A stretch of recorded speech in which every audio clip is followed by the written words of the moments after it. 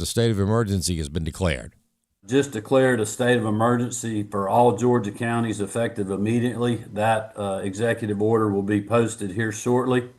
The duration of that will be 7 days. Obviously, if we need it longer than that, we'll extend that. President Trump announced Wednesday that the framework of a future deal with NATO involving Greenland and the Arctic region had been agreed to. The president posted on Truth Social after a meeting with NATO Secretary General Mark Rutte that he will no longer be imposing tariffs that were set to take effect on February 1st. The tariffs would have been against several European countries that were against the U.S. acquiring the island. The president was asked if the proposed Golden Dome missile defense system will be part of the deal. A piece of it, yes, and it's a very important part because it's everything comes over Greenland. If the bad guys start shooting, it comes over Greenland. So we knock it down. A federal jury is weighing an alleged murder-for-hire case against a man accused of targeting a top U.S. Border Patrol official in ongoing immigration action. Jeff Manasso reports. The defense rested Wednesday in federal court here in Chicago in the trial of Juan Martinez. He's accused of soliciting the murder of Border Patrol Chief Greg Bovino during ongoing ICE action. Prosecutors allege Martinez unknowingly sent Snapchat messages to a government informant offering $2,000 for information on Bovino's whereabouts and $10,000, quote, if you can take him down. Jurors were shown screenshots of the messages, some that included photos of Bovino. Defense attorneys call the messages neighborhood gossip and not a real plan to harm anyone. A jury could get the case today. Law firms have a request for the Federal Court of Washington, D.C. Chris Woodward explains. First Liberty and the ACLU want the U.S. District Court for the District of Columbia to strike down the Washington Metropolitan Area Transit Authority's restrictions on issue and religious ads as violations of the First Amendment.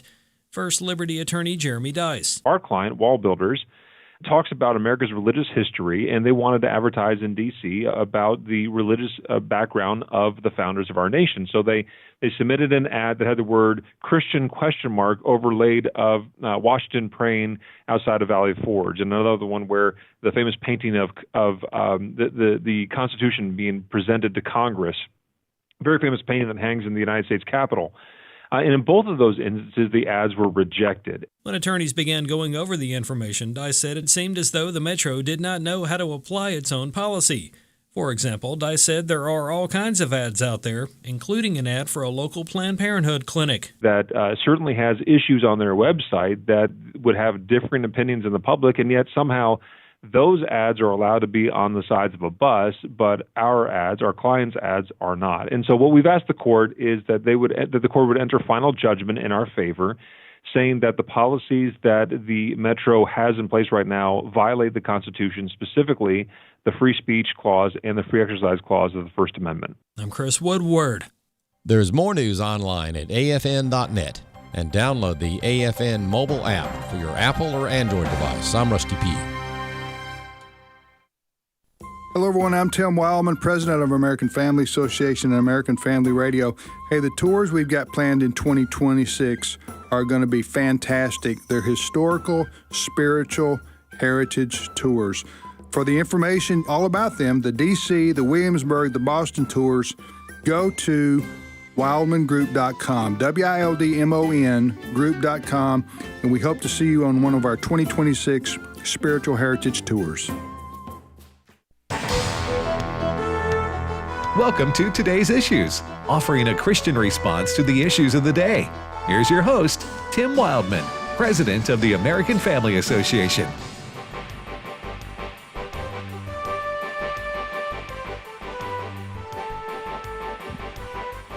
Hey, good morning, everybody, and welcome to Today's Issues on the American Family Radio Network. Thanks for listening to AFR. I am Tim Wildmon, as the announcer just told you. And in the warm, cozy studio with me right now is Fred Jackson. Good morning, Brother Fred. Good morning, and that's going to feel so good. If we miss that storm, we're going to talk about it. All right, Chris Woodward's in here. Good morning, Brother Chris. Good morning. And Brother Ray Pritchard. Hey, what's up, Tim? Well, Ray, you escaped Kansas City for the winter. I don't know what weather they're having there. I don't think they're going to hit by the snowstorm. Well, listen to this. In a fluke of scheduling, tomorrow we are flying back to Kansas City.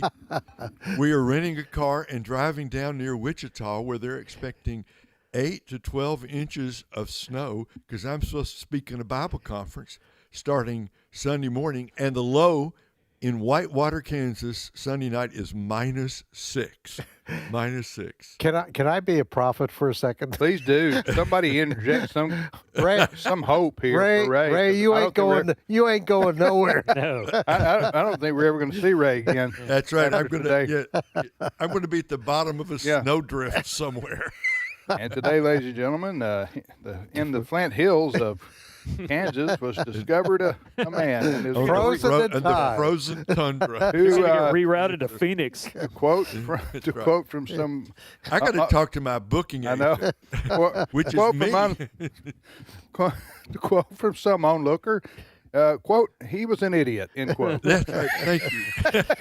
Yeah, I want to see the look on the face of the airline person when you walk up. And, where are you going today? You are serious. You're serious. Totally serious. So tomorrow you got to fly from Tampa. Is that where you find it? Where it is currently 67 going up to 75 this afternoon. You got to fly over the snow and ice storm. That's right. Look down on us here in Tupelo. That's right. Wave at us while we don't have any power. That's right. And then you're going to go land in Kansas City, get in a car, and drive down toward Wichita, Yeah. where there is a ton of snow. And they haven't canceled this yet? Not yet. Not yet. I don't. There's hardy people out there. Yeah, we don't cancel. Hey, Ray. Yes. Unless we get 2 Keep feet believing. of snow. Keep believing. Yes, I am. All right, so pack your long johns. Listen, we've got about a third of the country is about to be impacted by this winter storm that's going to go from, I guess, almost West Texas all the way to to Washington, D.C. I mean, that's a big swath of a lot of our radio stations are impacted. Mm-hmm. So before we, Brent Creeley, our producer here on today's issues, who's also the assistant director here. I don't know what's your title for the network. Associate director of radio. Associate director of radio. You're number 2 behind Jonathan, yes, right? Sir. That's right.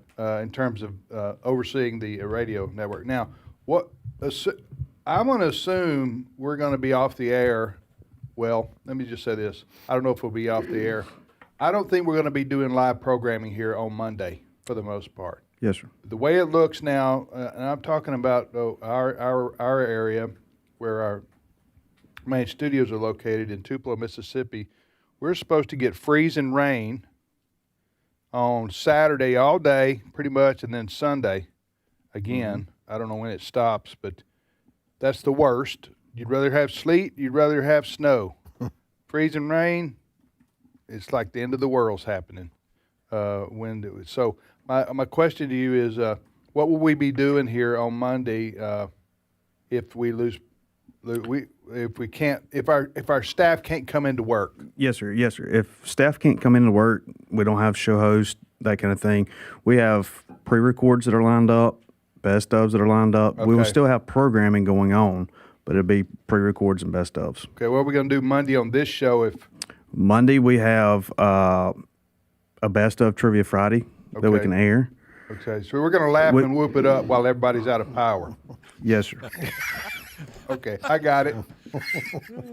Why not? Why not?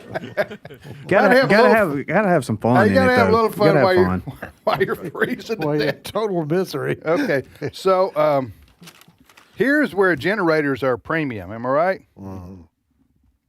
And my prepper son Walker, I have 3 kids, 3 adult children, and one of them's a prepper. You know what a prepper is, Fred? Yeah, ready for anything? Yeah, mm-hmm. You know, they're ready for the apocalypse. Yeah. Any kind of apocalypse. You got whatever.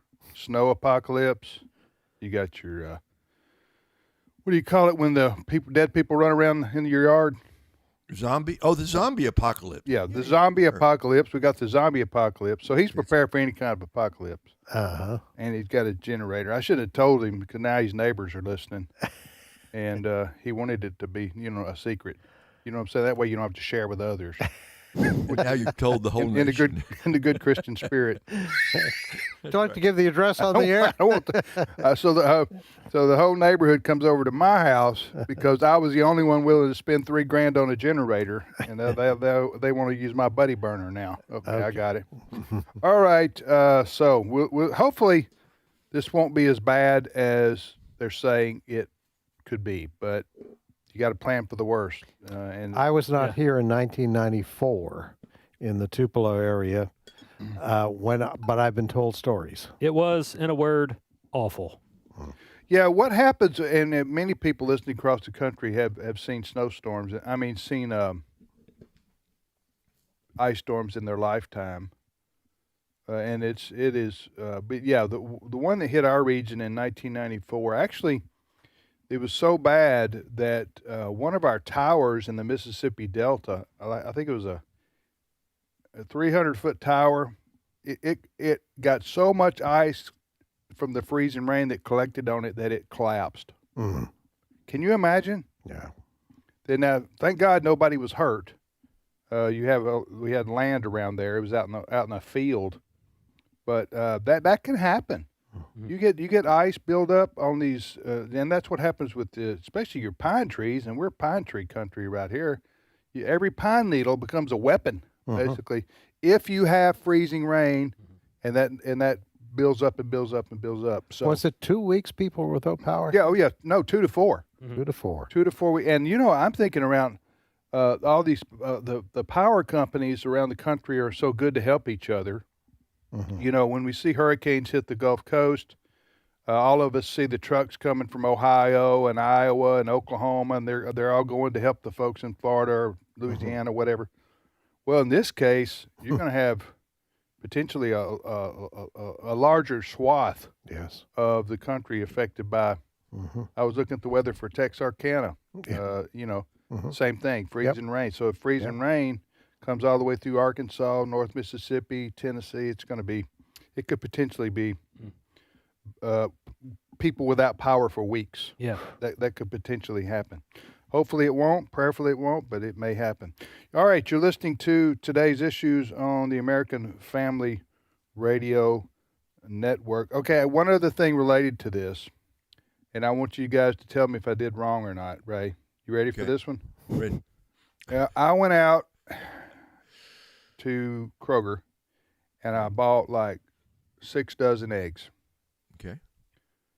And I brought them to the office, and I'm reselling them I like it.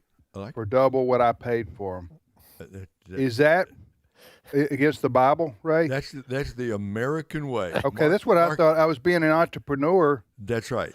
But the people didn't have to go buy them. That's right. So I saved them that You trouble. saved them the trouble, saved them the gas. Okay, I just didn't know if I should feel bad about exploiting, folks. Exploiting your best friends. Yeah, in times of coworkers. Okay, so I should. All right, what about that, Fred? But $3 an egg may be a bit much. Well, okay. Fred, for you, $2 an egg. Oh, thank you. I feel good. I think you may have violated Leviticus 19:11. Oh, is that what I violated, Chris? Which, yeah. I was wondering about that when I was buying them. Yeah. Am I going to violate Leviticus? So modern translations of Leviticus 19:11 and 13 tell us, do not steal, don't deceive, or cheat one another. Verse 13 says... I'm not cheating. I'm just not selling them for less than $2 an egg. Verse 13 says, you shall not oppress your neighbor or rob him. Okay. Well, that's a pesky verse. I know. Anyway. But we're in the age of grace. That's Leviticus. I don't know. Talk amongst I yourselves. just thought I was obeying the commandment to help people in need. And so I bought all these eggs. I'm just reselling them, making a little profit. An act of kindness. I just want to know where you got 6 dozen eggs. Well, I know people who have chickens. Ah, yeah. I did go to Kroger. But. Yeah. Hey, interestingly enough, a minute ago, any ideas from you guys ahead of Trivia Friday what the coldest wind chill ever recorded in the U.S. is? Hold on a second before you answer that or continue that. Okay. Are you talking about the continental United States or are you talking about Alaska? Continental United States. Okay, you're asking me what the coldest wind chill ever recorded in the U.S. Wind chill ever recorded? Yes. Okay, I'm going to guess that's in Minnesota. Yeah. I'm going to guess it's in Minnesota. That'd be my guess. Maybe North Dakota. What do you think it was, temperature-wise? Oh. Minus 50? Yeah, something like that, minus 55. No, more than that. What are you going to say, Ray? 70. Minus 70? Yeah. Okay, Yeah. go ahead. I'm looking at several news articles from 2023 as saying this, but supposedly, the coldest wind chill ever recorded in the U.S. was negative 108 degrees on Mount Washington, New Hampshire in February of 2023 during what's described as a brutal polar vortex with air temperatures around negative 47 and hurricane-force winds. A brutal what? A brutal polar vortex. Has there ever been a non-brutal? Probably not. Probably not. Do we have a nice vortex come down? I think too often. All right, call me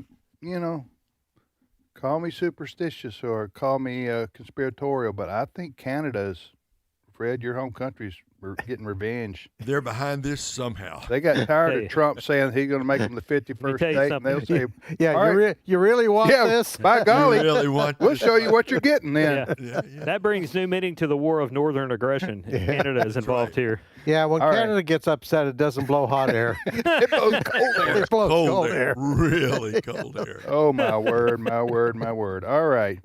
Okay, so you are listening to today's issues on AFR. Chris, what's our first story? Yeah, just before our day started here at the AFA headquarters, Attorney General Pam Bondi said a Minnesota woman who led that anti-immigration enforcement protest that disrupted a service at a Baptist church in Minneapolis has been arrested.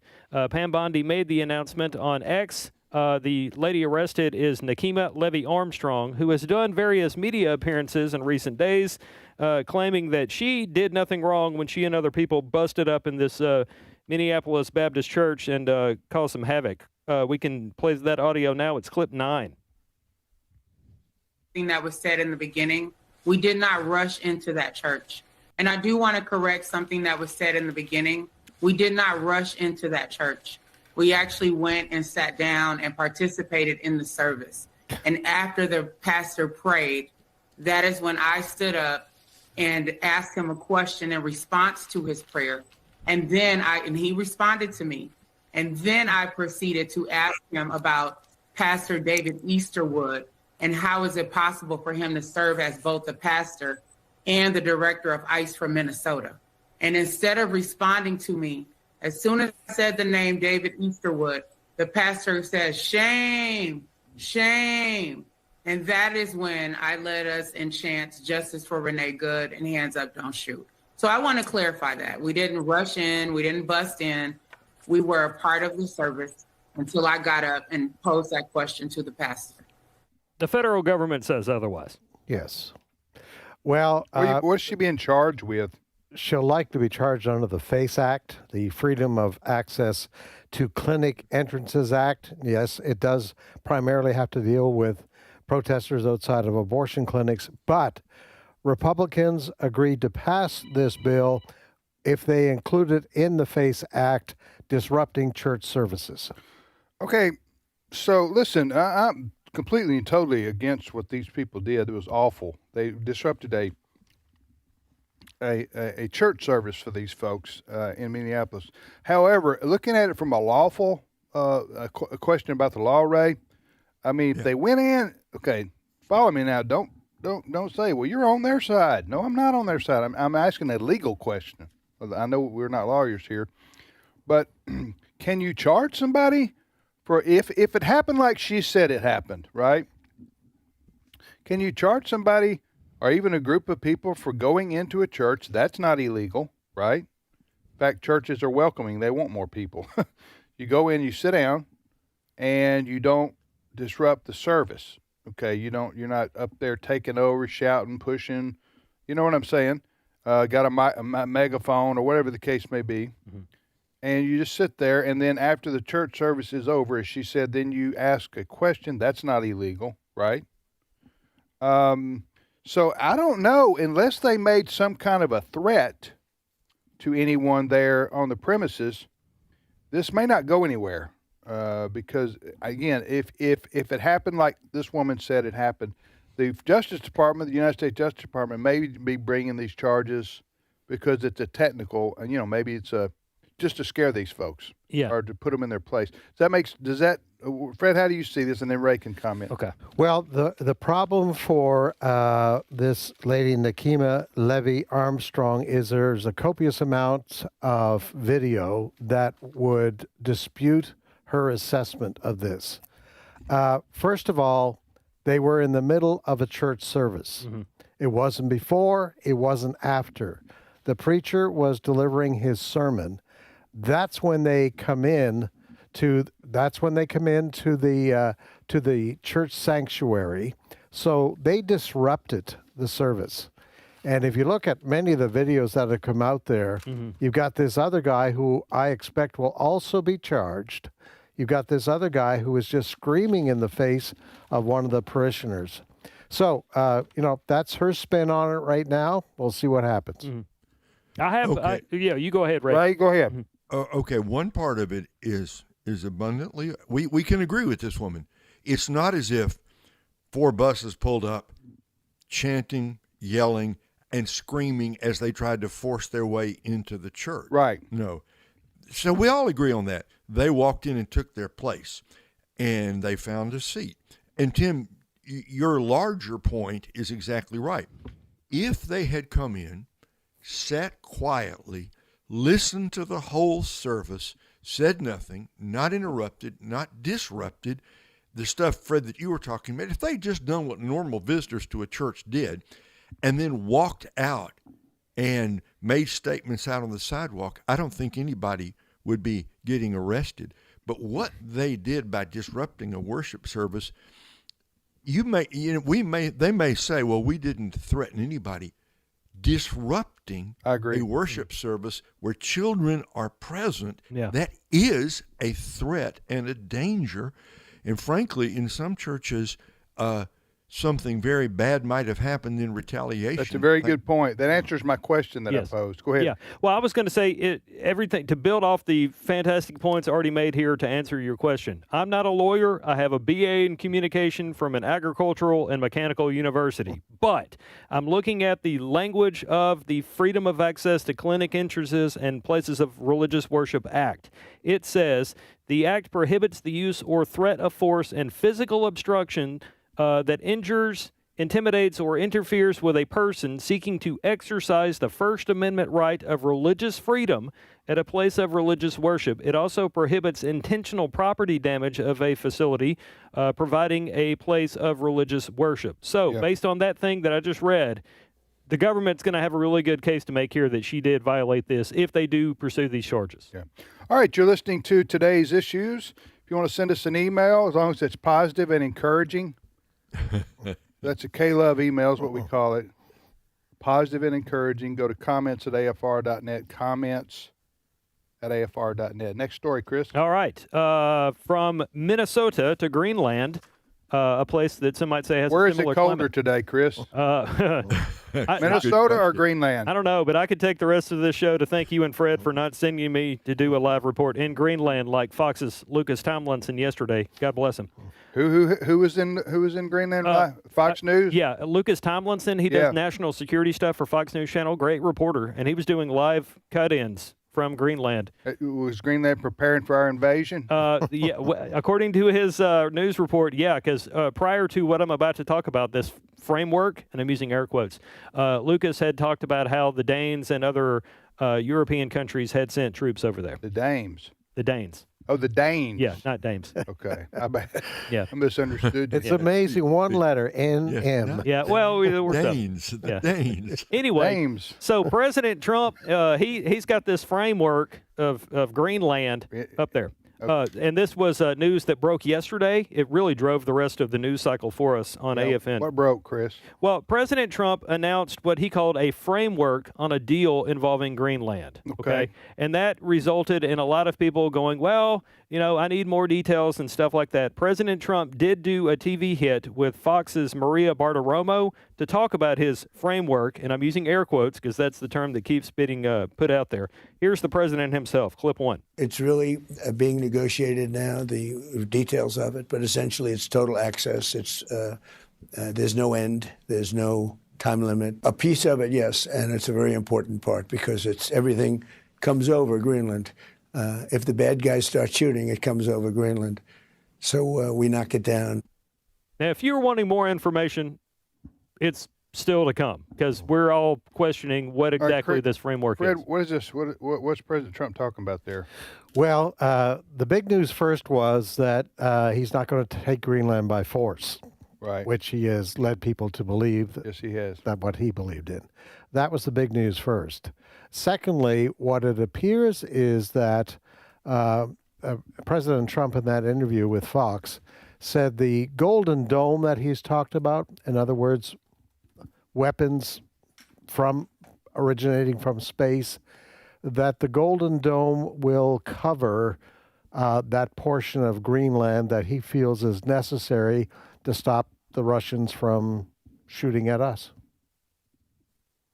So there's going to be a greater military presence beyond the Golden Dome. There is going to be a greater U.S. military presence in Greenland than we have right now. All right, it sounds like to me that President Trump, okay, so he did threaten to use military Yes, to take over Greenland. He did. Because he said, we're going to have it. yes.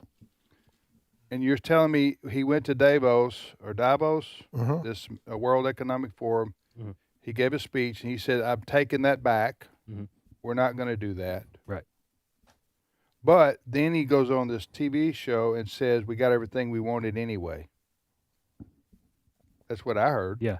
Is that what you heard, Ray? That's right. Yeah. I mean, He got what he wanted without So firing. he didn't have to fire a weapon, and he's got everything he wanted. Wow. The art of the deal. That's pretty amazing. And But yeah. would Greenland and Denmark say he got everything he wanted, or are they going to say no? I think what the head of NATO, I'm not sure if we have that NATO, audio. the North American Treaty Alliance. Yes. Yeah, he seems quite happy about this. Okay. Yeah, we don't have the audio from the head of NATO, whose name is Mark Rutte. Yeah. But he did say yesterday, and Fox ran this, we aired the same sound bites in our newscast. He did say that Greenland is important for national security purposes, which plays right into what President Trump's been saying.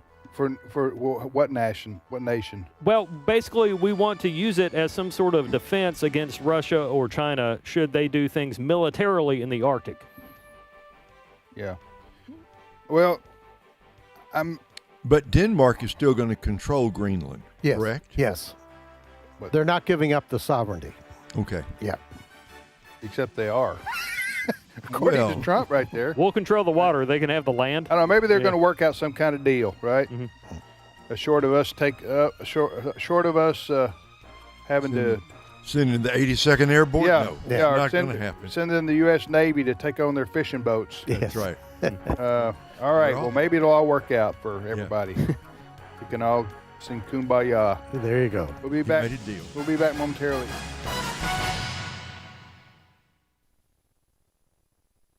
It's my turn. Here is your host for My Turn, Don Wildmon. And he said to them, go into all the world and preach the gospel to the whole creation. Some years ago, I made what was to me a startling discovery. I was reading about what happened on that Good Friday in Jerusalem nearly a couple of thousand years ago. I read again about how they hung that man among men on those 2 sticks of wood. I could feel the blows of the hammer as they drove the nails into his palms. I could feel the jar as the cross was dropped into its hole, and came to rest with a terrific jolt. The flesh ripped and the blood spurted. You remember the rest of the events. You remember how the crowd jeered him, made fun of him, jokingly dared him to come down. It was a scene that has been repeated often in the history of mankind. Over and over again, that lowly Galilean has been nailed to those 2 pieces of wood. Many times we've stood around jeering him, making fun of his claims, slashing his side with our selfish spears. But you can remember also that the story didn't end on that dark day. Finding an unused tomb in a garden nearby, they laid him in it. And then, because the next day was an especially holy one, hardly anyone moved. But Saturday is always followed by Sunday, and on Sunday those who loved him found what all who have loved him since have found, an empty tomb. I said I made what was to me a startling discovery. I had thought of that cross and that empty tomb as the most dynamic events in history. I had always considered these as the top jewels to place on a crown of greatness. But now I see that they weren't the greatest part of his faith. Now I can see that for years my sight just did not go far enough to find the most tremendous event in the history of mankind. Now I can see what the greatest part of this carpenter's faith is, and it's amazing. He entrusted the work of his church to those 11 men, those disciples, who had just prior to the resurrection betrayed him. That, without a doubt, is the grandest thing about him, that he trusted common people with the responsibility of his church. Can we see that? Can we understand what it means? That he should give the greatest responsibility ever known to mankind to those 11 men? That is, without question, the highest sign of his love and his trust in mankind. He entrusted his kingdom not to the high and mighty, to the great and gallant, to the brave and brilliant, but to common people. And he goes on entrusting his church to common, plain, ordinary folk. How great his trust in us, that he should give to plain folk the tremendous privilege of carrying on his work, speaks of his great trust in the common person. No one would have dared to trust those 11 men with such a great responsibility except the Nazarene. No one else had such a trust in common folk like you and me. So the next time you're inclined to lose hope in mankind, give it a thought. This has been My Turn with Don Wildmon, a production of the American Family Association. The Hyde Amendment is supposed to protect us taxpayers from subsidizing abortion, but there are loopholes that allow the Affordable Care Act plans to subvert it. That means your plan and millions of other people's plans could include abortion coverage, or at least indirectly support that evil industry. We're giving you an opportunity to join us in calling on Congress to take action to stop it. Visit afa.net/activism today. afa.net/activism. Anna, California. When I heard that Preborn partnered with a mother in many different ways for 2 years after the birth of her child, that touched my heart and is why I support Preborn financially and in prayer.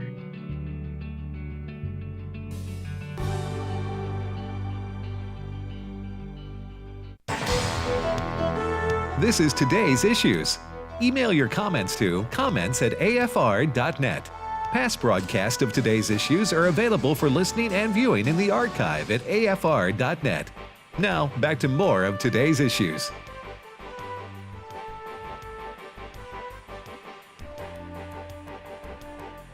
Hey, welcome back, everybody, to Today's Issues on the American Family Radio. I'm Tim with Fred and Chris and Ray. We thank you for listening to AFR. We just had a homeschool group from Guntown, Mississippi, which is about 20 minutes from us, 30 minutes from us, but they stopped by, brought a bunch of good-looking kids, and they're seeing our studios and our offices, and they're taking a tour. They're getting free popcorn. Yes. It's the best popcorn around. There you go. And they're getting it free.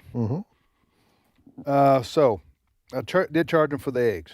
That's right. I sold them some of the eggs that I bought because the Did ice you give storm. them the homeschool discount? I gave them the homeschool, yeah, $1.50 an egg. That seems like a fair deal to me. Hey. Made it a math lesson. I think you're supposed to take advantage of people when they're desperate. That's what, if you look at the book of Hebrews. Am I right, Ray? Hezekiah 7:14. There it is. All right, people, for you literalists out there, do not call me. Please. Do not email and say that is wrong of Tim to do that to other people. That's the TWV. Okay, so I'm just kidding. All right, calm down. All right, so let's see what's next on the itinerary. Well, on the agenda, you've been hearing us this week promote preborn, and we've been doing this for years and years. It's, folks, we're pro-life here at American Family Association and American Family Radio. Unashamedly pro-life. We believe what the Bible teaches and what science teaches, and that is that human life begins at conception. And God says it's worthy of protection because God cares about each human life. So that is why we're pro-life. The baby, the baby will be born if it's not killed. You have conception, a sperm and the egg, biology class, 6th grade, right? Sperm and the egg unites, life begins. Mm-hmm. And that life will be born as a baby to that woman if it's not killed. Yep. Killing the baby in the womb is a sin. Okay, it's immoral, and it's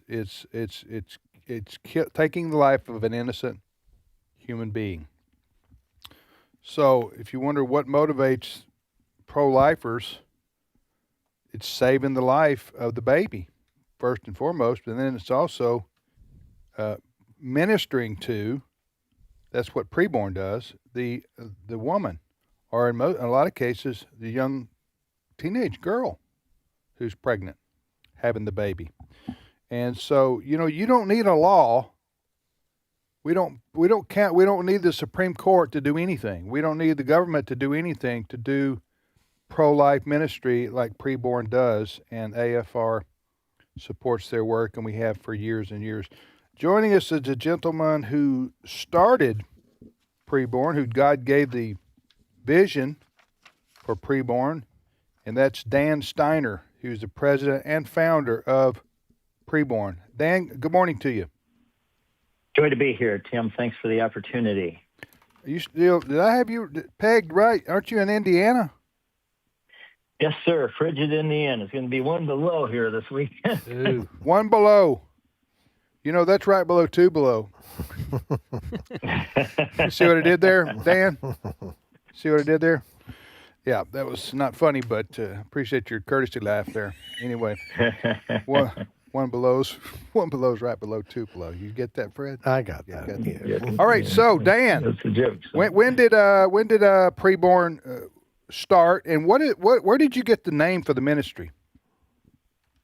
It started 20 years ago. This is our 20th anniversary, Tim. We're celebrating, having a big to-do throughout the course of the year here, with a goal to give every clinic in America that needs a new ultrasound this year. We're going to just celebrate in that way. But 2006, and it started out originally as Mission Preborn, and then one of your programs, a guy by the name of Dan Cilia, kept calling it preborn. He wouldn't say Mission Preborn. So I thought, hey, that's easier to write anyway, and it really gets right to the point. And so then we truncated it to preborn. So here we are. And how long have we been affiliated with you guys? I was asking Sarah. I'm thinking it's probably going on 10 years here at least, Tim. Wow.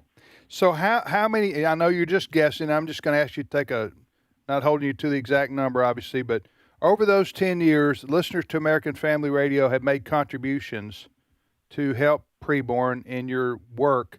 How many ultrasounds have we provided, would you say, our listeners? 1,000, 2,000, 3,000? Tens of thousands. Tens of thousands? Absolutely. Wow. Without a doubt. No exaggeration. Okay, so let me get this right, just to be elementary here. I know many people already know this, but so somebody listening right now, for example, wants to make a gift of $100. Okay, that lets you, preborn, provide 3, almost 4, not completely because it's $28 for each ultrasound. That almost provides 4 ultrasounds. So each ultrasound is potentially saving the life of a human, of a baby, because the mother is watching the ultrasound, and that's the hope that we have, that will convince her to give the baby up for adoption or keep the baby. Is that right? Mm-hmm. Yeah, that's right. 80% of the time, usually, our clinic in Orlando, which I'll be down there next week, getting out of this one book, is like 98% of the time it changes their minds. Wow. So that is a fantastic investment of $28. Every $28 contribution, or 5 for 140 or 10 for 280, goes directly to our network care providing clinics to give these help offset the cost of giving them an ultrasound. And it's the most effective weapon and tool in our toolbox. Okay, so the donation that so you keep mentioning goes to these, are you talking about crisis pregnancy centers? Yes, sir. We've got about 280 of them in the highest abortion cities of America where all the abortions are happening. Okay, how does the money, what do you send the money to them, or how does that work? Yeah, on a monthly basis, they report to us the number of ultrasounds that they do, and we offset the cost of those ultrasounds with the funds from listeners across America like yours. Okay, and you're telling me that over the years, 10 years we've been affiliated with you, our listeners here at AFR have provided tens of thousands of ultrasounds, and I'm sure tens of thousands of babies have been saved. Oh, without a doubt. You guys were one of our founding networks. We wouldn't be here if it wasn't for you guys. Okay. And I don't exaggerate that at all, Tim. We've seen over 408,000 babies saved in the last 20 years. So, you guys have had, AFR's had a tremendous impact. Tens of thousands of ultrasounds have been given. Those women have seen, met their baby best picture, first baby picture of the best kind, and it melts their heart, and they choose life. And we've been doing this together for years. We're so thankful, Tim. Yeah, well, we're glad to help, glad to do as much as we can to save unborn babies' lives, because that matters to God, and to minister to those young ladies who are pregnant with an unwanted pregnancy. So I'm going to ask folks if they can if you can give two ultrasounds, folks, pay for two of them. That's $56. Have I got that math right? Yep. All right. So yep. Almost everybody listening to me right now can do two. Mm-hmm. If you can't do one, but do two, or some of you can do more.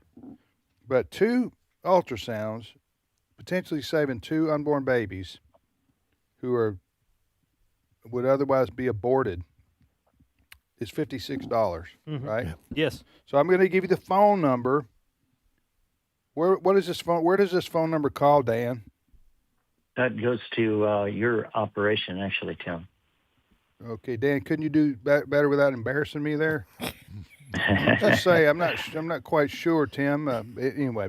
No, you guys have provided everything, the broadcast and the call center. I thought I knew the answer to that, but I've not called it, this particular number. That's why I wanted to make sure. Well, you're sitting in the office. Yeah. Thank you. Just pour salt on the wound, Dan. That's okay. Yeah. Go ahead. I'm just kidding. All right, here's the phone number, folks. And this dials a number we are providing here at AFA and AFR, right, Chris? Yes, sir. Chris, why don't you dial that number right now and see if that's correct right there. 877. Use that cell phone right there. Will do. 877. Okay. 616-2396. See who answers it. See if Dan answers it or who answers it. There, right there. Wait for it. Wait for it. And we're waiting. It's a talk amongst ourselves. Did you get a... Actually, it's an automated message from Ed Vitagliano. Okay. Thanking us for calling preborn. Okay, there you go. So you'll get Brother Ed. Brother Ed will answer the phone and then direct you to somebody who will take your information. So credit card you can use credit card, and you can do it that way if you want to. So I'm about to give you the phone number where you'll hear Ed's voice, and then you'll talk to somebody here to take your information. And $28 buys one, $56 buys two ultrasounds. Here's the phone number. 877-616-2396. Again, toll free, 877. I don't think toll free matters anymore in this world, does it? That's like 1980s. 877-616-2396. 877-616-2396. Or if you're somebody who just wants to do it quickly online, go to afr.net. Go to Fred, pull up our AFR.net website. AFR.net. AFR.net is the easy way to give online. Dan, anything else you wanted to say before we let you go, brother? Well, on this 20th year, we're going to try to stand up a national network, Tim, to fight against online abortion, which is now 68% of abortions are done by the pill in woman's home. And just are so thankful for the network and your loyal listeners who have been so helpful in this. We're going to save more than ever, going after 90,000 babies this coming year, Tim. Okay. So seek your prayers for that. Okay. Yeah. Go to AFR.net. What's there, Fred? Yeah, right across the front of that page, AFR.net, you will see preborn. Press the button, donate now. You can make your donation there. You know, there's one more factor in preborn, and Dan, I'd like you to address this. Over the last 20 years, 400,000 babies' lives have been saved, and more than 100,000 women have surrendered their lives to Jesus Christ. Yeah. What an important aspect of this. Amen. Praise God. Amen. Wonderful. It's so important. All right. Thank you, Dan. Take care and stay warm, my friend. Bless you guys. Okay. Right. Talk to you later. That's Dan Steiner from the great state of Indiana who started preborn. What a great ministry. Yeah. I have an idea out there for our listeners. There is at least one Sunday school class here in the Tupelo area where we're located that makes and sells baked goods and coffee before church, where this Sunday school is held, and they use that money to donate to preborn. So if you're looking for something to do at your church, and maybe with a Sunday school class or something like that, and they to that family's credit, the family that came up with that, it's not me. But shout out to them for coming up with that, and because I can tell you they're funding a lot of ultrasounds based on the baked goods and the coffee that they make and sell. Hey, Ray, I asked you this the other day, I think, but I wanted to go over it again because people may wonder. When Tim says the Bible says something about this, they're going, where does the Bible say anything about an ultrasound or an unborn baby or anything like that? Can you talk about that? Yeah, absolutely. If I had to pick just one passage, I would say open your Bible to Psalm 139, where David talks about how God created him in his mother's womb. For you, this is David, Psalm 139, verse 13. For you, Lord, formed my inmost being. You knit me together. That's a literal translation from the Hebrew. You knit me together in my mother's womb. You took me, my hands, my feet, my little beating heart, my eyes, my ears, the nervous system, the developing skeletal system, inside the mother's womb, the baby in the beginning, just an embryo, and then the body begins to develop. We know it is God who stands behind all of it, who puts the body of the little baby together. It's God. I praise you, for I am fearfully and wonderfully made. And go further. Psalm 139, verse 15. My frame was not hidden from you when I was made in secret. What he means is, even though, in the earliest days of pregnancy, the mother doesn't often even know she's pregnant. She finds that out a little bit later. But from the earliest moments, Tim, God is at work inside the mother's womb, knitting together that little boy or that little girl. Okay, one more verse, Psalm 139, 16. Your eyes saw my unformed body. All my days were written in your book and ordained for me before one of them came to be. Who makes babies? Who makes babies?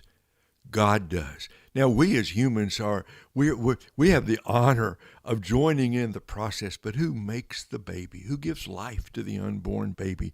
It's Almighty God. What could be more evil? What could be more truly destructive than to go inside the mother's womb and by force to destroy a developing life made in the image of God? Our God is pro-life. Therefore, if he is our God and our God is pro-life, we are pro-life too from the very moment of conception. Amen, brother. Amen. All right, you're listening to today's issues on American Family Radio. That was Ray Pritchard giving us the biblical reasoning behind the pro-life cause, basically, why Christians support pro-life and are against abortion. All right, Chris, what's the next story? Well, Erica Kirk and Turning Point USA have launched what they're calling a Make Heaven Crowded tour, and organizers say it's necessary because of all the spiritual warfare going on in our country and world, quite frankly. I'm going to do this in 2 clips. Let's begin with this one. It's Erica Kirk talking about the Make Heaven Crowded tour, clip 14. And so for us, when we got married, we wanted to be very intentional about how the Lord would use our marriage, and so we wrote down goals for our marriage. And one of our goals was to always spread the gospel. And attached to that at the top, it was spread the gospel, make heaven crowded. And that was our thing. I wanted to take that piece of slice of heaven from that memorial for my husband and bring it to everyone around this country. Now, one person already weighing in on this is our brother, Dr. Frank Turek, frequent guest of this program and has programs on AFR. Frank was brought on to Fox and Friends to comment on this. Clip 15. Isn't it amazing that she sees her husband brutally murdered and she doesn't start a riot, she doesn't start a protest, she doesn't somehow try and tear down other people or tear down the government? What she does is she starts a series of worship services because she knows eternity is more important than anything that goes on here right now. And she wants people to know that the way you get to heaven is to trust in what Christ has done because he lived the perfect life in our place. I mean, she is amazing when you think about this. Just 4 months ago, and she's starting worship services. Meanwhile, the left is disrupting them. What a great line That at is. the end there. Yeah, that was Frank Turek, our good friend there, commenting on that. Erica Kirk, is it? So it's been 4 months. That's a short 4 months. Yeah, it was in September 10th. Oh, since he was okay, September 10th. Okay, what's going on with the trial of the alleged killer?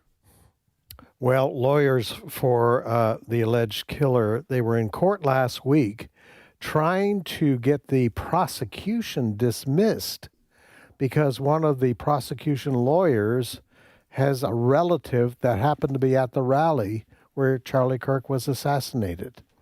And most legal experts say, well, that argument is not going anywhere at all.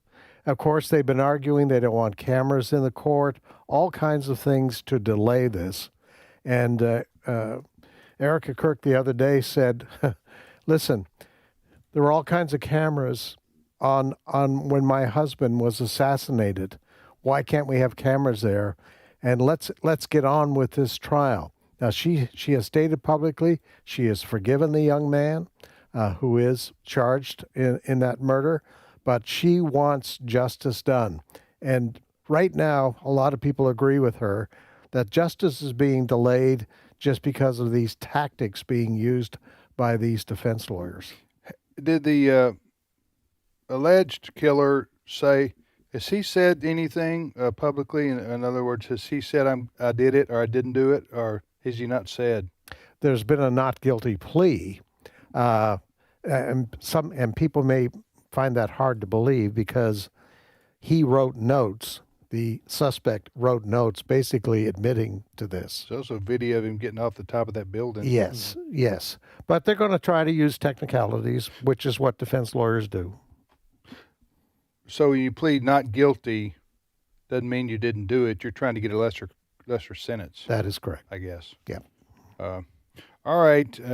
You're listening to today's issues. Next story, Chris. Well, I meant to mention this a moment ago. It was great that we had Dan on to talk about preborn because today is the anniversary of the U.S. Supreme Court ruling in Roe v. Wade, which of course was overturned by the U.S. Supreme Court back in 2022. Obviously a landmark decision that impacted generations of Americans, still impacting families today. And I bring all that up because tomorrow is the National March for Life in Washington, D.C., which is the annual. Yes. It's always held around the anniversary of the ruling, and even though weather is going to be a factor in parts of the country, thousands of people are still expected to show up for the National March for Life event. Lord willing, if the Lord tarries, and we're all here tomorrow, we are going to have some coverage for AFN radio. You know and something print. we don't know? Chris? I always voice it that way. That's the CWV. Just because we don't know when the Lord's going to return, and I don't know what the weather's going to be like. Do you say that every day? Pretty often. If the Lord tarries. If the Lord tarries. I should probably trademark it and put it on Just a like T-shirt. to use the word tarry, don't you? Yeah, I do. Yeah. I stow it away for certain occasions. Anyway, well, we that annual March for Life in Washington, D.C. is a big event. Yeah. Usually tens of thousands of pro-lifers from around America converge for that. And did you say that Vice President Vance will be there? Yes, Vice President Vance has been confirmed. Speaker Mike Johnson is going to be there. He's appeared at other March for Life events as well. A lot of lawmakers, celebrities are going to be there, pro-life sports activists. A lot of people are going to be there giving speeches ahead of the march, and there's actually going to be a pre-rally concert from the Christian group Sanctus Real, which many of our listeners are probably familiar with. I wonder what the weather is in D.C. tomorrow. I'm going to look it up. Probably going to be 20. This year, although it's always cold at that March for Life, right, Ray? You see these videos, and everybody there's a lot of joy, Tim. Yeah. And a lot of cheer and Yeah. enthusiasm, but they are bundled up because, I mean, late January in D.C., it's cold. It's going to be cold, but this system that we've been talking about is not really due to arrive in the Washington area until Saturday or Sunday. Okay. So they probably can get this in tomorrow. Yeah. Okay. But anyway, I commend Vice President Vance for personally showing up. He was there last year carrying a sign. His wife's pregnant. They just made that announcement, their fourth child. Yeah, that's right. So good for him. Thanks for standing up for life and being public about it. And, Isn't it amazing that across the Potomac, in Virginia, they have a new Democrat governor there? Mm-hmm. Just sworn in the other day, I think it was. Yeah. One of the first things they did, they're going to have a referendum this fall, which would include abortion up to the very point of birth. Because of a so-called constitutional right to abortion. What a difference. Well, that's the Democrats in Virginia. Yes. That's just shameful. Used to be safe, legal, and rare, and now it's do it whenever you want. Right. I tell you what. You don't want to stand before God one day and say, my cause was abortion until birth. Yeah. That's scary thought. All right, we'll be back after this short time out for news. We'll return. We'll see you in a few minutes.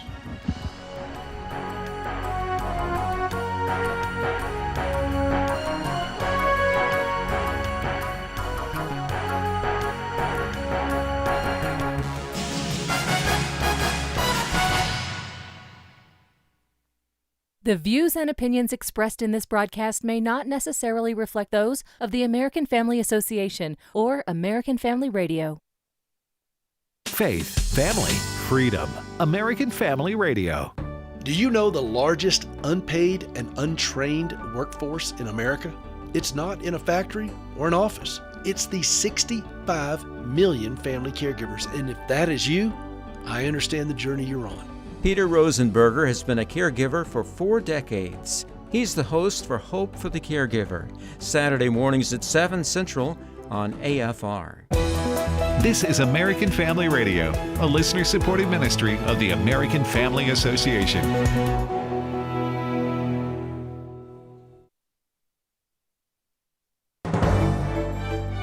It's the top of the hour, and this is American Family News. I'm Rusty Pugh. Winter weather is going to be a big problem across much of the U.S. this weekend, with bone-chilling cold, snow, and crippling ice. Britta Merwin tells us more. Yeah, let's start with the cold air because that's really a critical part of this whole puzzle piece that is coming together. We have Arctic air in place ahead of the storm, and that is the precursor that always can lead to a major winter wallop. It stretches from border to border. I mean, across the upper Midwest, we feel like temperatures as cold as -55. We have a winter storm watch that stretches from Arizona all the way to New York State. This is a huge stretch of more than 30 states, but the ice is one to watch. With crippling ice accreting more than a half an inch, we're going to have power outages. And unfortunately, we have cold air behind this storm. So we're looking at a prolonged amount of time where you could be without power. The alleged ringleader of the mob that attacked a Minnesota church has been arrested, and the DOJ says a second person has also been arrested. The first arrest was a person named Nakima Levy Armstrong, a known Black Lives Matter agitator. Fox News legal analyst Carrie Urban says these people are about to learn a hard lesson. DOJ is not messing around here. I have to say, it takes some guts to do what they're doing, and I personally think they're doing the right thing based on my observation, just me watching the video and knowing the federal statutes that are potentially at play. You can't interfere in a person's constitutional right, and this is a fundamental right of freedom, right? Religious freedom. We know this. President Trump announced that the U.S. and NATO have agreed on a framework of a future deal for U.S. access to Greenland. Lucas Tomlinson has more from Greenland. Here in Greenland, President Trump says it's critical to deploy the Golden Dome missile defense system to plug those gaps in America's defense system here in Greenland. If the bad guys start shooting, it comes over Greenland. So we knock it down. It's pretty infallible. It's amazing. You know, Ronald Reagan had the idea a long time ago, but we didn't have any technology at that point. Russia still has over 1,700 nuclear warheads deployed. China, 600. Right now, the U.S. military has only 44 interceptor missiles at Fort Greely in Alaska and just 4 in Vandenberg Space Force Base in Santa Barbara, California. Former Special Counsel Jack Smith facing questions from a House Judiciary Committee about his prosecution of President Trump on charges of conspiring to overturn the 2020 election and withholding thousands of classified government documents. House Judiciary Committee Chair Jim Jordan criticizing the former special counsel for issuing subpoenas for phone data and records of the president's allies, some being members of Congress. Even the Democrats said this was wrong. But of course, we shouldn't be surprised. Democrats have been going after President Trump for 10 years. Brandeis University is planning to host an ICE surveillance activist during an upcoming so-called Immigration Justice Week. Brandeis University in Massachusetts is preparing to host its Immigration Justice Week from February 2nd through the 6th. Zachary Marshall of Campus Reform explained Jonathan Paz is scheduled to speak there. Who is a U.S. congressional candidate and is an anti-ICE activist working to pretty much help people obstruct ICE proceedings and investigations. Marshall explained Paz has also done things to help people report ICE through a hotline when agents are out trying to find illegal aliens. And I think this issue in this event is not a matter of free speech. It's a matter of political honesty, which I think the left is severely lacking when it comes to the immigration debate. Marshall said that higher education, whether that be student activists, leftist professors, or any of their allies, they paint the illegal immigration debate with a very broad brush. If you only listen to them, you would only think that ICE is going after illegal immigrants who have not committed any crimes apart from coming here illegally, when the truth is that ICE is targeting, and has been since January, the most violent offenders. These include rapists, murderers, and other people who have committed violent crimes against American citizens, primarily women. Marshall said he thinks it's irresponsible for higher education leaders and activists to distort the truth among, quote, gullible and unsuspecting Americans who aren't as read up on these issues. What we are trying to do at Campus Reform is hold these activists accountable. I'm Bronson Woodruff. More news online at afn.net and on the AFN mobile app. I'm Rusty Pugh. Hello, everyone. I'm Tim Wildmon, president of American Family Association and American Family Radio. Hey, the tours we've got planned in 2026 are going to be fantastic. They're historical, spiritual, heritage tours. For the information all about them, the D.C., the Williamsburg, the Boston tours, go to wildmongroup.com, WILDMON group.com, and we hope to see you on one of our 2026 Spiritual Heritage Tours. Today's Issues continues on AFR with your host, Tim Wildmon, president of the American Family Association. Hey, welcome back, everybody, for the last 24 and a half minutes of Today's Issues, that's the show you're listening to here on American Family Radio. We're here every Monday through Friday. Actually, Friday we take a break from the depressing news and we just have fun and play trivia. So we'll be doing that tomorrow before the storm hits, knocks us all out of electricity for a week. How's that for optimism, Fred? There you go. Glass half. Hey, I'm not kidding. In 1994, there were people in our area knocked out of power array for 4 weeks. Oh, man. How do you survive for 4 weeks? People out in the country, out in the rural areas, they were out of power for 4 weeks. I knew some of them. I don't know. It was January, just like it is now. And you've, so the power going out is a big deal for people. So you need to, as I've said before, we need to, I know people do, check on the elderly. Yeah. And the infirmed, and make plans for your pets. I know people already think about these things, but it helps to remind folks, especially people to go, the elderly. What if they get power out for a week? Are they going to be up? You know what I'm saying? I know. Help them prepare now, today. Yes. Yeah. Do the best you can. Yeah. Okay, we've got breaking news, Ray. What is it? What do we got? Ray, Fred, and Steve, y'all don't even know this. No. Because I had the scoop. Okay. President Trump has just announced the what do you call it? The framework? The framework for a deal with Greenland? Yes. He's announced he's trading Minneapolis. Oh. He's trading Minneapolis for Greenland straight up. Okay. Well, I say straight up. There's going to be a city to be named later. Okay. So I don't know if that'll be San Francisco or Oakland or. I've got a story at the end of the hour, if we get to it, of the Danes seeking to buy California. So we could. Well, okay, but anyway, so that's the deal. We're trading Minneapolis for Greenland. And a country to be named later. Yes.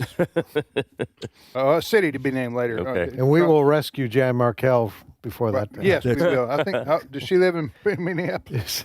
Proper. All right. So there you go, ladies and gentlemen. That's the breaking news there. All right, Steve, what do you got? I want to set some perspective here. We've been talking, you guys talked a little bit earlier about a church in Minneapolis, in St. Paul, that was disrupted by protests. And we've been talking about the punishment that needs to go along with that, and the law enforcement and how do they have a First Amendment right and all that kind of stuff we've been talking about. But there was another church whose worship was disrupted. This one in Kaduna, Nigeria. And some terrorists came in and kidnapped 160 Christians. Actually, 177 were abducted during the service. And this happened over the weekend. This happened the same day. Same day, Nigerian time, so it's probably not the exact same time. But and they're not sure exactly, as often happens, they don't know yet who kidnapped these people. No one's claimed responsibility, but 177 people were abducted. Have they been freed now, or No. they're still gone? No, more than 160 of them are still missing.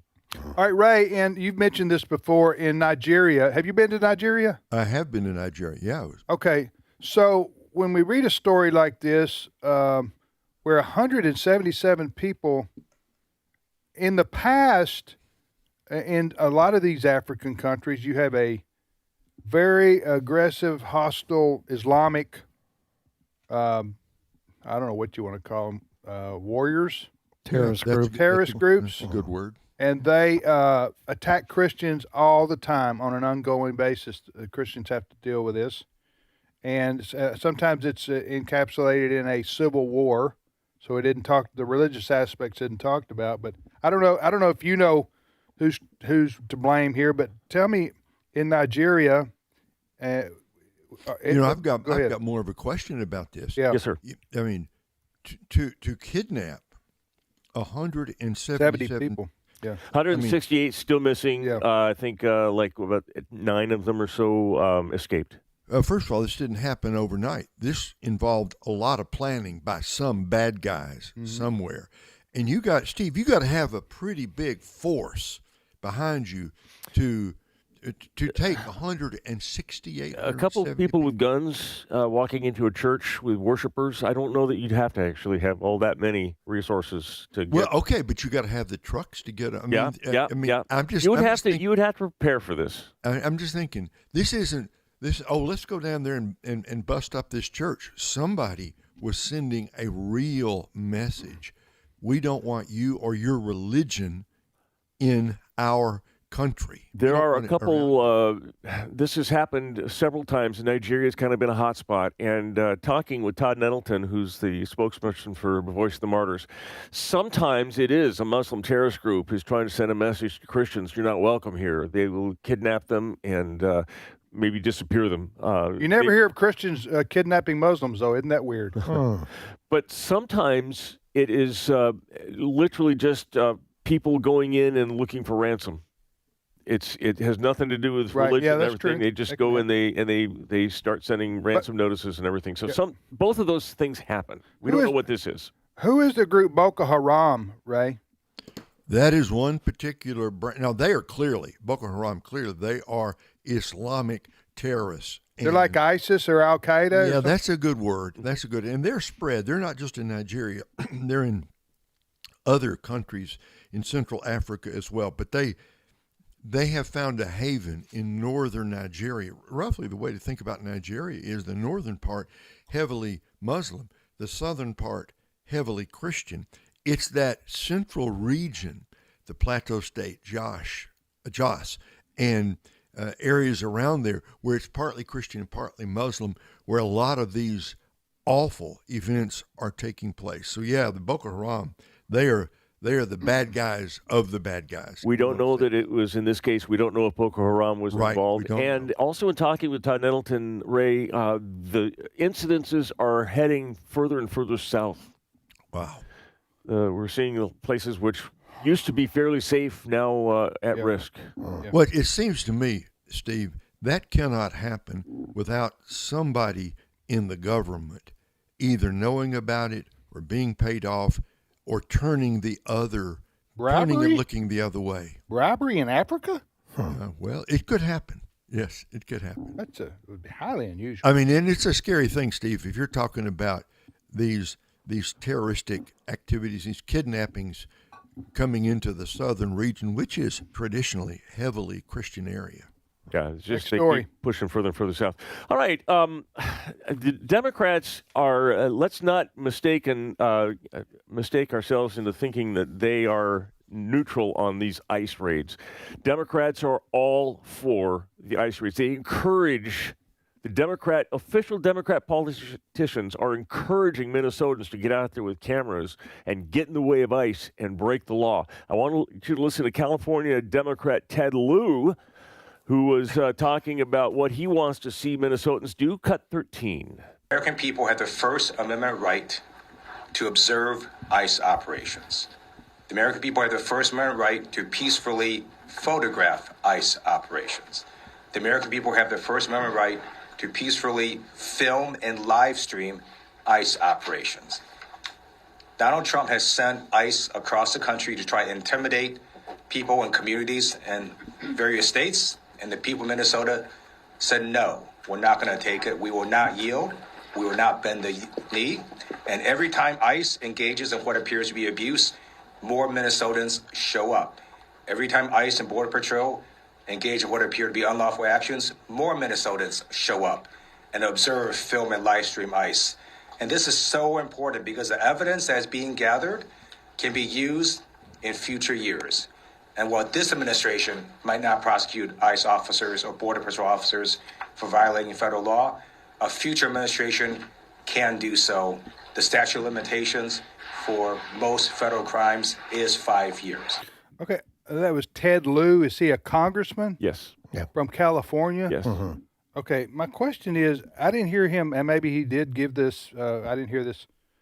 Did he give examples of ICE engaging in illegal activity? Oh, no, that's what he's claiming. He's using, it's good you point this out, because some of what he says are just Democrat talking points, that they're breaking the law, that Donald Trump is sending them out to terrorize like people. the Gestapo. They're not. Donald Trump is sending them out to enforce the law. But it's the Democrat talking point. But make no mistake, what Ted Lieu was doing was trying to coerce ICE agents into not doing their job, because he's saying, we're going to get you, we're going to prosecute you for doing your job if we ever get back into power. Yeah, but you know what, Ted Lieu, that's not going to work, because you have people in charge of ICE right now and the agents that are out there trying to do their job, that they're already being, the other side has tried to intimidate them. Oh, they're going to their churches. Yeah, and Ted Lieu knows he is not telling the truth. Okay. All right. The reason there has been confrontation is that the demonstrators come out and get in the faces, right, and they block the ICE agents and what they're trying to do. What you see is the ICE agents responding to the mobs that come out and get in their way. Right. That's when there is violence. Right. If you would just leave, number one, we've talked about this before, if the state and the city of Minneapolis would cooperate, if the police would cooperate and remove these protesters, get them out of the way so ICE can do its job, there would not be a problem there. Right. But the police have been told by their Democrat leaders, stand down, stay away, and allow the confrontation to take place. And then Mayor Fry and Governor Tim Walz comes out there and says, these bad people, they're intimidating our citizens. No, they're not. The citizens were out there. I believe many of them paid protesters to get in the face. They're antagonizing. Oh, there is. They're taunting. They're antagonizing. They're daring the ICE agents to do something. Yes. But knowing that they can then film them and make them look bad. Yes. And then exactly. that's how they win the PR war. So they're at a real advantage. These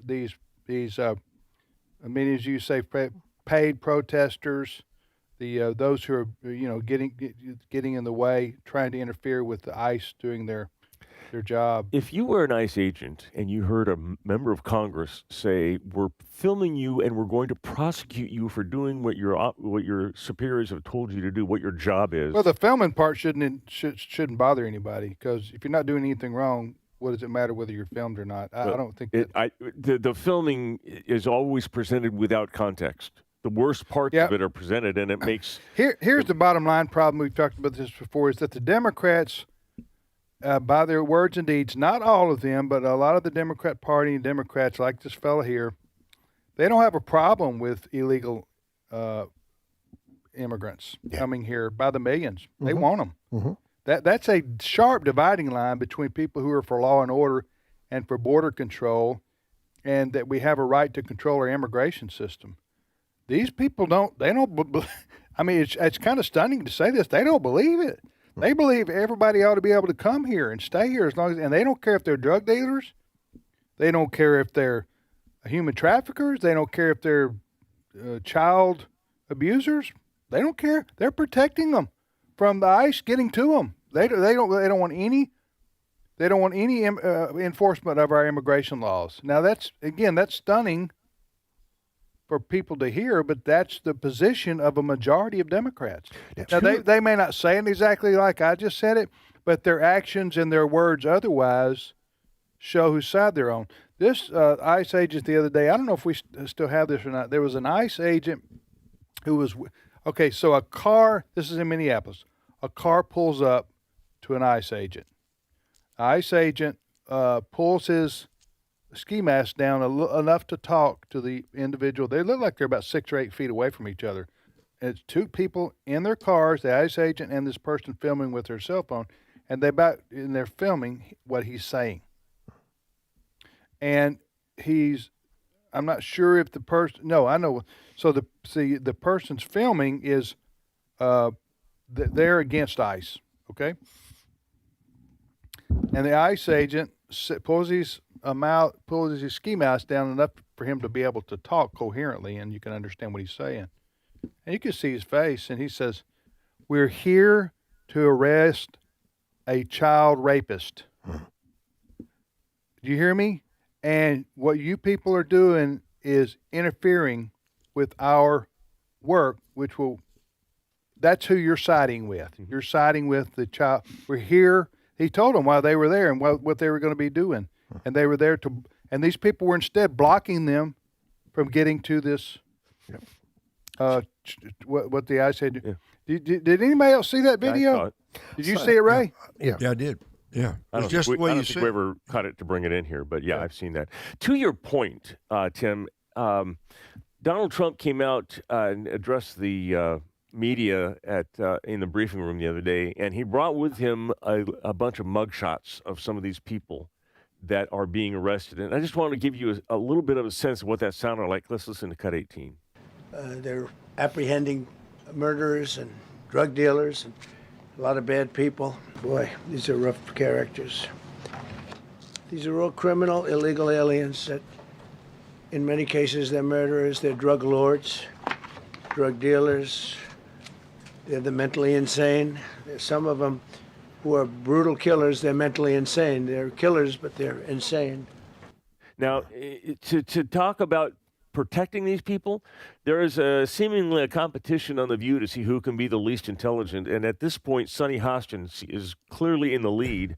This is what she had to say about that particular incident. Cut 12. I thought what was so distasteful and disgusting, quite frankly, was the fact that he was holding out pictures generally of black people and of brown people and calling them predators and calling them rapists and calling them murderers. You know, to the world, the president of the United States, there is no data that says that those people are rapists and criminals. In fact, if you look at whatever data that we have, 70% of the people that ICE has detained don't have criminal convictions. Yeah. Don't have any Did criminal we know record. about those individuals? I couldn't tell. I was watching it live. You couldn't tell, but I'll tell you, if he defamed somebody, they better sue the president of the United States, or they better sue somebody. Apparently, Sunny Hostin wants a call from the President of the United States personally to say, I'm going to put this is the data behind this, because these were mugshots.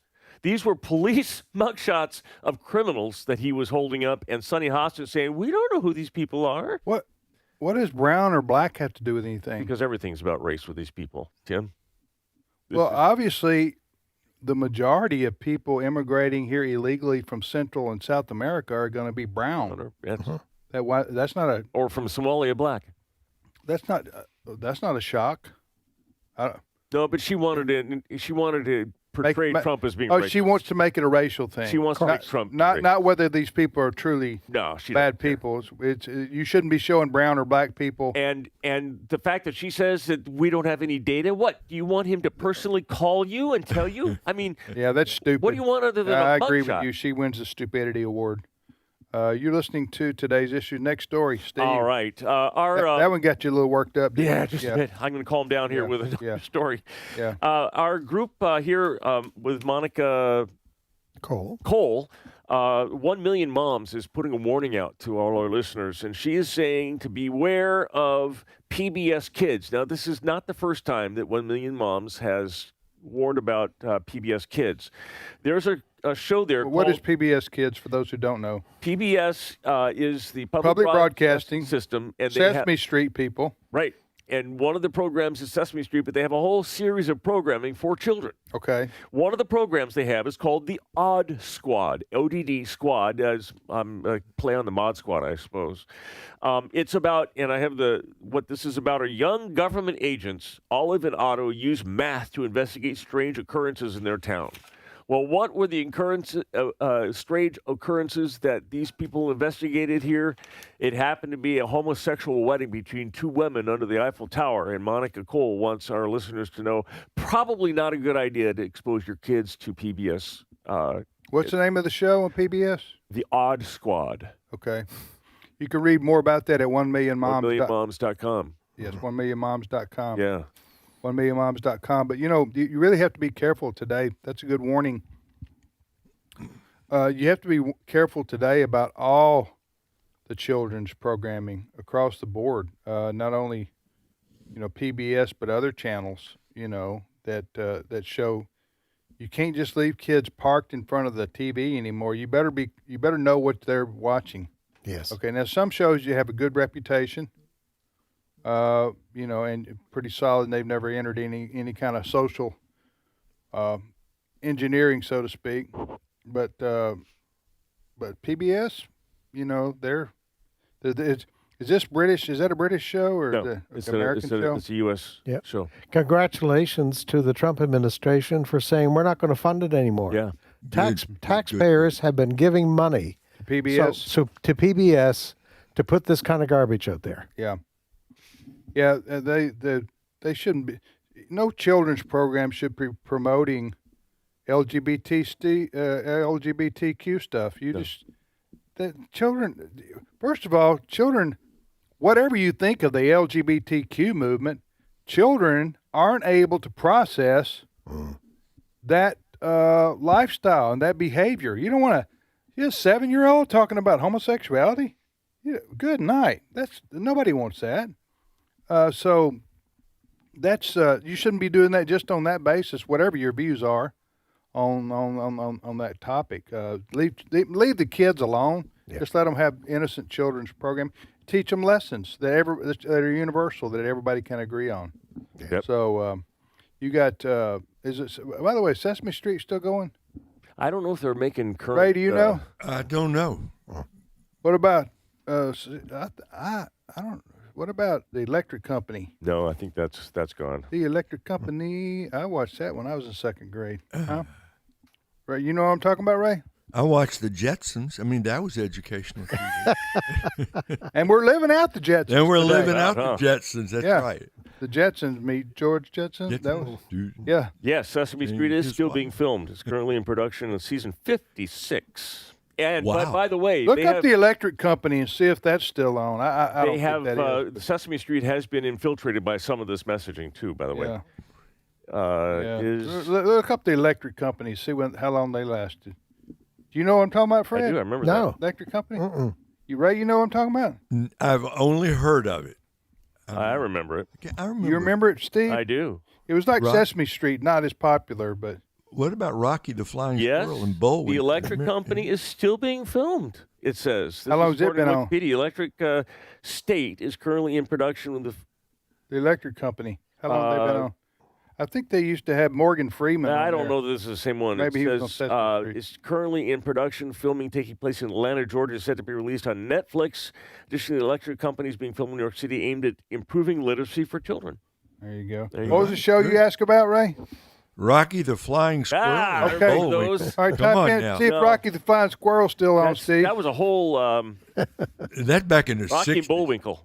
That Rocky and Bullwinkle, right. Rocky but was it called Rocky the Flying Squirrel? I can't remember. It was called Rocky and Bullwinkle. If you're under 50, you have Rocky no was idea the flying what I'm squirrel. talking about. Bullwinkle was a moose. That's right. And remember, they had a whole series of great that was a great animated shows. Rizzle, drazzle, drazzle, drone. Time for this one to come home. I was, I am familiar with that one, but I was Fred, do you know that one? Did they have that? What was the one that said, "Hey, boo boo"? That's that was Yogi Bear. Yogi Bear. Yes. Hey, boo boo. And Bugs Bunny was my favorite. Bugs Bunny. I love them. Did nobody here watch Huckleberry Hound? Boris and Natasha. That's right. Huckleberry Hound was a good one to watch. Roadrunner. Remember? Roadrunner, yes. Yeah. Well, now we all revisited our childhood. That's right. Yeah. And they didn't try to sell homosexuality on those. Right. No. Thank you. Huckleberry Hound never talked about that kind of stuff. No. All right, neither did Yogi Berra. No, hey, that's boo-boo. right. Hey, boo-boo. Yogi Berra was someone else completely different. Yogi Berra. Yogi Bear. I'm Yogi talking Bear. about Yeah. Yogi Bear. Right. Yogi Bear. All right, we'll be back tomorrow with Trivia Friday. JJ and Ed be here tomorrow, and I'll be here. See you back here then.